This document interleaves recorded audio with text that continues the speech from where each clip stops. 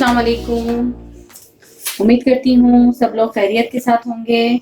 और अभी इन दिनों मैं अपने चैनल पर सारी रेसिपियाँ सर्दी के हवाले से डाल रही हूँ, सर्दी में आने वाली सब्जियों के हवाले से डाल रही हूँ, क्योंकि सर्दियों में बहुत अच्छी और फ्रेश सब्जियाँ आती हैं जिनको बनाने में बहुत मज़ा आता है और खाने में भी बहुत अच्छा जायका आता है।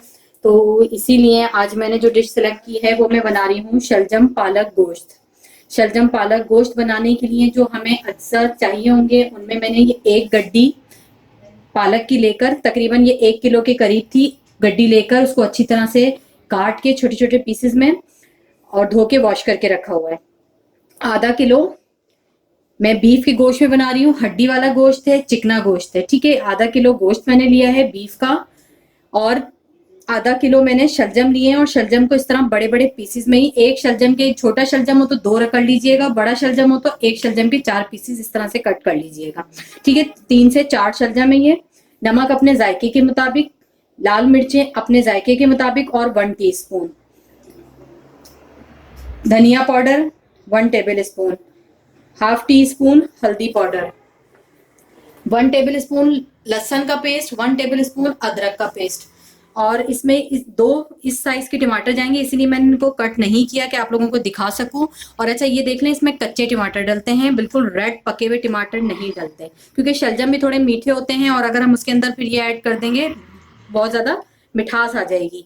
और दूसरा 2 से 3 अदद हरी मिर्चें, 1 टीस्पून सफेद जीरा, और 2 प्याज इस साइज की जाएंगी। मैंने छील के रखा है, काटा नहीं था आप लोगों को दिखाने की वजह से।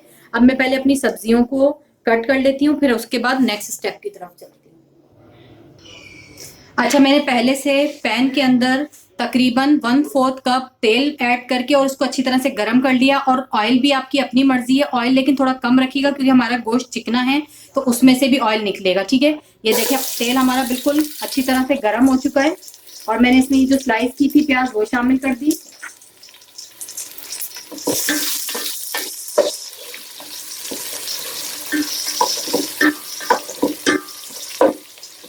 अच्छा, प्याज को हल्का सा सौते कर लेंगे हम,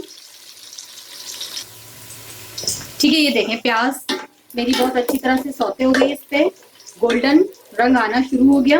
बहुत ज्यादा डार्क ब्राउन नहीं करनी, सिर्फ इतना ही रंग चाहिए था मुझे। अब मैं इसके अंदर ये जो हमारा गोश्त है ये शामिल कर रही हूँ।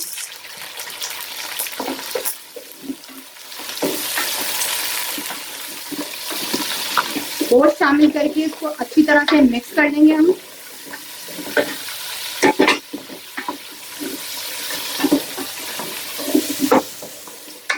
गोश्त शामिल करने के बाद जैसे गोश्त, क्योंकि हमारा तेल भी बहुत अच्छी तरह गर्म है तो गोश्त ने अपना कलर फौरन तब्दील कर लिया। जैसे कलर तब्दील हो जाएगा तो इसमें ये जो हमारा जीरा है सफेद ये डाल दें, ये जो हमारा लहसुन अदरक का पेस्ट है ये शामिल कर दें।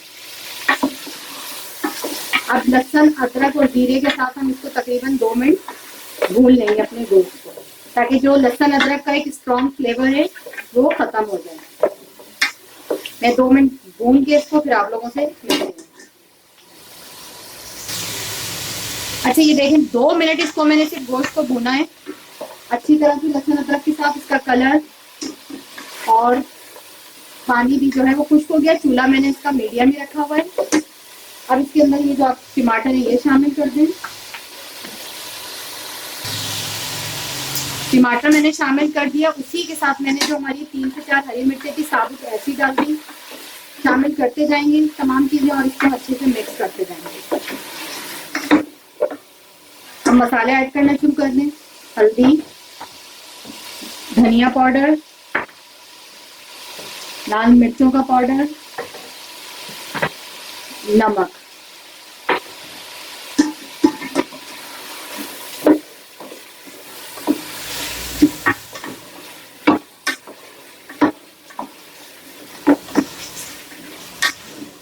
अब इसको कम से कम 10 मिनट हम भूनेंगे कि हमारे टमाटर जो हैं वो अच्छे से गल के ग्रेवी फॉर्म में आ जाए।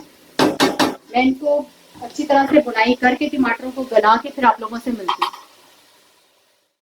तकरीबन इसको 10 मिनट मैंने भूना है, ढकना ढक के, ठीक है, जिससे टमाटर सॉफ्ट हुए और एक ग्रेवी फॉर्म में आ गई। ये देख सकते हैं आप, एक बहुत अच्छा सा ये मसाले की तरह तैयार हो गया गोश्त हमारा। अब आपने करना ये है कि इसमें ये जो पालक है ये शामिल कर दें।